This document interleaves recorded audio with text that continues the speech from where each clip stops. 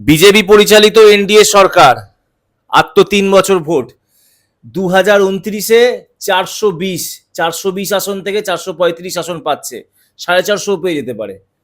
পাবেই, কি করে পাবে আমি সেটা আপনাদের আজকে এখনই বুঝিয়ে দিচ্ছি। 320 অলরেডি এনডিএর শাসন হয়ে মানে এনডিএ সংখ্যা হয়ে গেছে। তৃণমূল ভাঙিয়েছে, আরো কয়েকটা দল ভাঙিয়েছে, এখন ওদের সামনে দরকার 360 মানে 2/3 বিল। যখন ওটা পাস পেয়ে যাবে তখন কি কি বিল আনবে সেটাও আমি আজকে ভিডিওতে বলবো। তো আর দরকার মাত্র 40টা। রাজ্যসভায় তো সংখ্যাগরিষ্ঠতা পেয়েই গেছে, 8টা বা 9টা মনে হয় আর বাকি আছে, সব রাজ্য জিতে গেছে। আর কেন্দ্রতে কম আছে, আর দরকার 40টা সাংসদ। 40টা সাংসদ আরামসে পেয়ে যাবে ডিএমকে, স্ট্যালিন ঢুকে যাবে, অখিলেশের পার্টি ভেঙে যাবে। তারপরে আরো কয়েকটা ছোট ছোট আঞ্চলিক দল আছে, সেগুলো থেকেও ঢুকে যাবে। টোটাল 360 করতে আর কি। আর 360 হওয়ার পর কি আসবে জানেন? এক দেশ এক ভোট। তারপরে আসবে কি ডিলিমিটেশন, মানে যেই রাজ্যের জনসংখ্যা বেশি সেই রাজ্য থেকে বেশি সিট গঠন করা হবে। মানে উত্তরপ্রদেশ, মানে যেগুলো হিন্দি বেল্ট, যেখানে বিজেপি শক্তিশালী সব থেকে, তো সেইখান থেকে বেশি জায়গা মানে 840 হয়ে যাবে। তো মানে যখন ডিলিমিটেশন হয়ে যাবে তখন আরো শক্তিশালী। এবং আরেকটা বিল এখন পাস করছে অলরেডি খুব শীঘ্রই, মানে যে কোনো মন্ত্রী যদি 1 মাস বন্দি থাকে বা 1 মাস তাকে অ্যারেস্ট করা হয়, তার মন্ত্রিত্ব পদ খোয়া যাবে। মানে কোনো রাজ্যের মুখ্যমন্ত্রীকে, যেমন কেজরিওয়ালকে ধরেছিল, কিন্তু যেহেতু তখন এই আইনটা তখন ছিল না, ওই জন্য কেজরিওয়ালকে ধরার পরও কেজরিওয়াল প্রতিনিধিত্ব করতে পেরেছিল 2024-এর ভোটে। কিন্তু ব্যাপারটা হচ্ছে যে এইবার যেটা হবে, এবার যদি যে কোনো মন্ত্রী যেই পাওয়ারে থাকুক, তাকে যদি 1 মাস অ্যারেস্ট করে রাখা হয়, তার সব পদ চলে যাবে এবং তার দল তো আরামসেই ভেঙে যাবে। যদি একটা নাম করা মন্ত্রী, ধরো একটা জায়গায় রাজ্যের মুখ্যমন্ত্রী হচ্ছে মমতা বন্দ্যোপাধ্যায়, উনি যদিও নেই, ধরো মমতা বন্দ্যোপাধ্যায়কে অ্যারেস্ট করে নিল, তারপরে ওনার দলে আর কিছুই থাকলো না, তো এমনিতে দলের কি অবস্থা, এরকমই হবে। এবং আরো কিছু বিল যেটা আসতে পারে আমি সেটা বলছি, সেটা হচ্ছে সোশ্যাল মিডিয়ায় সম্পূর্ণ নিয়ন্ত্রণ থাকবে। সোশ্যাল মিডিয়ায় তুমি যদি বেশি কিছু প্রশ্ন করো, তো তোমাকে আইনি ঝামেলায় পড়তে হতে পারে। এবং তোমার পোস্ট অলরেডি এটা চালু হয়েও গেছে, পোস্ট ভারতে ব্যান করে যাবে, ওই পোস্টটা ভারতের মধ্যে চলবে না। এবং আরো কিছু কঠিন নিয়ম যেটা সোশ্যাল মিডিয়া ইউটিউবার হোক বা যারা কেন্দ্র সরকারকে প্রশ্ন করে তাদের উপর আসতে চলেছে। এবং আরো কিছু আসতে চলেছে, যেটা হচ্ছে তুমি যদি কেন্দ্র সরকারের বিনা কারণে সমালোচনা করো, বা ওরা যদি চায় তোমাকে দেশদ্রোহী বলতেই পারে, এবং তোমাকে পুরোপুরি ওরা থামাতে পারে, সেই ক্ষমতা ওদের কাছে থাকবে। তো এতগুলো শক্তিশালী জিনিস আসছে, আর আমি আর বাকি কথা বললাম না, তো সেগুলো অনেকেই তোমরা জানো, কিন্তু সেগুলো সবকিছু বলা যায় না, মনে থাকলেও মুখেই থেকে গেল, আর কি কি করবে। তো মোট কথা এইগুলো অলরেডি সামনেই আসছে। 360 পূর্ণ করতে আমি বলছি না 2026 সাল, তো 2027 ফেব্রুয়ারির মধ্যে 360 হয়ে যাচ্ছে।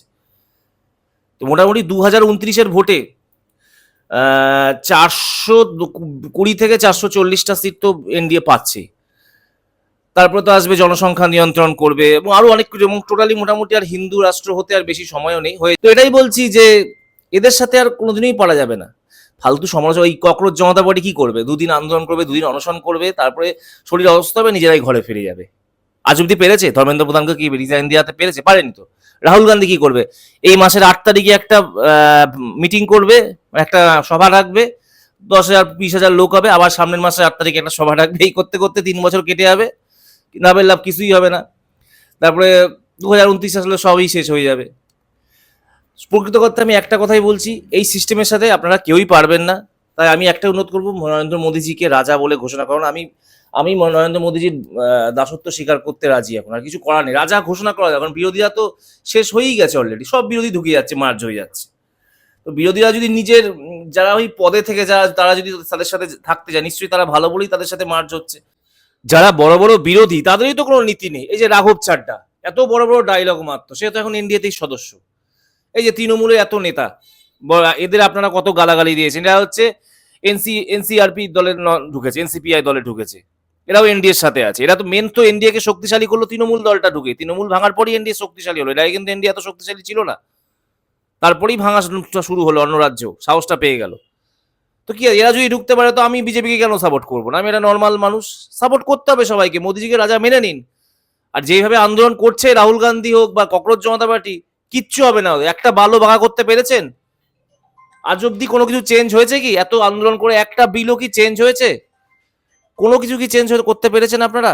মোদির একটা কোনো কিছু ডিসিশন সিদ্ধান্ত বদল করে না, ধর্মেন্দ্র প্রধানের ইস্তফা নিয়েছে না, সুতরাং ওনাকে রাজা বলেই মেনে নেওয়া উচিত।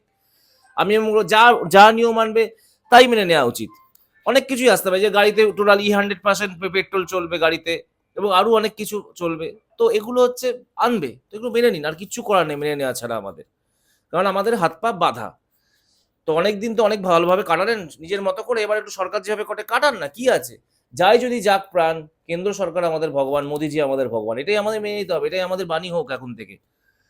এই তো শুনছি সিরি বলে একটা অ্যাপ আছে, এআই অ্যাপ, সেটাকেও এখন বলা হচ্ছে এটাও নাকি দেশদ্রোহী বলা হচ্ছে ওই অ্যাপটাকে। হিন্দুত্ববাদী সংগঠন ওই অ্যাপটার বিরুদ্ধে এখন রাস্তায় নেমে গেছে। একটা এআই যার শরীরে প্রাণ নেই তাকেও অহিন্দু বানিয়ে দিচ্ছে। যাই হোক, এখন হয়তো এগুলো হচ্ছে, এগুলো নিশ্চয়ই ভালোর জন্যই হচ্ছে। যাই হোক, মেনে নিতে হবে, উনি যা করবেন সেগুলো মেনে নিতে হবে। ওই বেকার সোশ্যাল মিডিয়ায় বলে রাস্তায় যেসব আন্দোলন করে কিচ্ছু করতে পারবে না। একটা আন্দোলন আজ অব্দি সাকসেস পেয়েছে কেউ? কৃষকরা এসেছিল, কৃষকরা ধূলিসাৎ হয়ে গেছে। আর্মিরা এসছে, আর্মিরাও নরেন্দ্র মোদীর সামনে ধূলিসাৎ হয়ে গেছে। উনি এতটাই সিস্টেমিক ভাবে চলছে, ওনার ব্রেন অন্যভাবে কাজ করে, কোনোদিনও কেউ পারবে না। আর বিরোধীরা তো সব মার্জি হয়েই যাচ্ছে, তাই সুতরাং ওনার সমালোচনা করে কোনো আর লাভ নেই। ভালো থাকুন, সুস্থ থাকুন, উনি যা বললেন সেভাবে চলুন, দেখবেন ভালো থাকবেন। রাশিয়াতে, নর্থ কোরিয়াতে মানুষ থাকছে না, মানুষ বাঁচছে না, ভালোভাবেই তো বাঁচছে। চীন, আপনারা সেভাবে থাকবেন, কোনো অসুবিধা নেই তো, যেরকম ভাবে উনি রাখবেন ভালোভাবেই রাখবেন। অত বলার দরকার নেই, নিজের কাজ করুন, পয়সা রোজগার করুন। সরকার কি করছে যদি কিছু কঠিন মনে হয় নিশ্চয়ই তার পরিপূরক কিছু দেবে, এটাই আমাদের মেনে নিতে হবে। আর মোদি এত শক্তিশালী হবে নাই বা কেন? সবই তো ওনার সাথে অ্যাড করছে যারা বিরোধী, তারা কি ঠিক আছে আমাদের আমাদের দেশে? ঠিক নেই তো। আর এই যে সোশ্যাল মিডিয়ায় কিছু নিরপেক্ষ সাংবাদিক আছে যারা এখন প্রোটেস্ট করে সোশ্যাল মিডিয়া, এরাও কদিন পর চুপ হয়ে যাবে।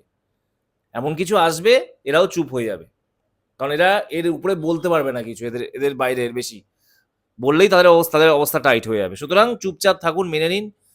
আর আমি খুব শীঘ্রই চাই যে ওনাকে রাজা হিসেবে ঘোষণা করা হোক, আর আগামী 30 বছর ঘুমান নাকে তেল দিয়ে। যাদের এখন বয়স 20 বছর, তারা বয়স 50 হয়ে যাবে। তো যাই হোক, আমাদের বাকিটা জীবন এই দলই থাকবে, কিচ্ছু কেউ কিছু করতে পারবে না। একমাত্র উপায় হচ্ছে চুপচাপ থাকুন, ভালোভাবে থাকুন। ওনার যদি কিছু মনে হয় না এটা আমার জন্য প্রবলেম হচ্ছে, ওয়েট করুন, নিশ্চয়ই সরকার সেটারও কোনো সুরাহা দেবে। যদি E20 E100 এ প্রবলেম হয়, অপেক্ষা করুন, E100 বাইক কিনবেন। এটাই হচ্ছে ব্যাপার, মেনে নিতে হবে, এটা ছাড়া আর কোনো গতি নেই আমাদের।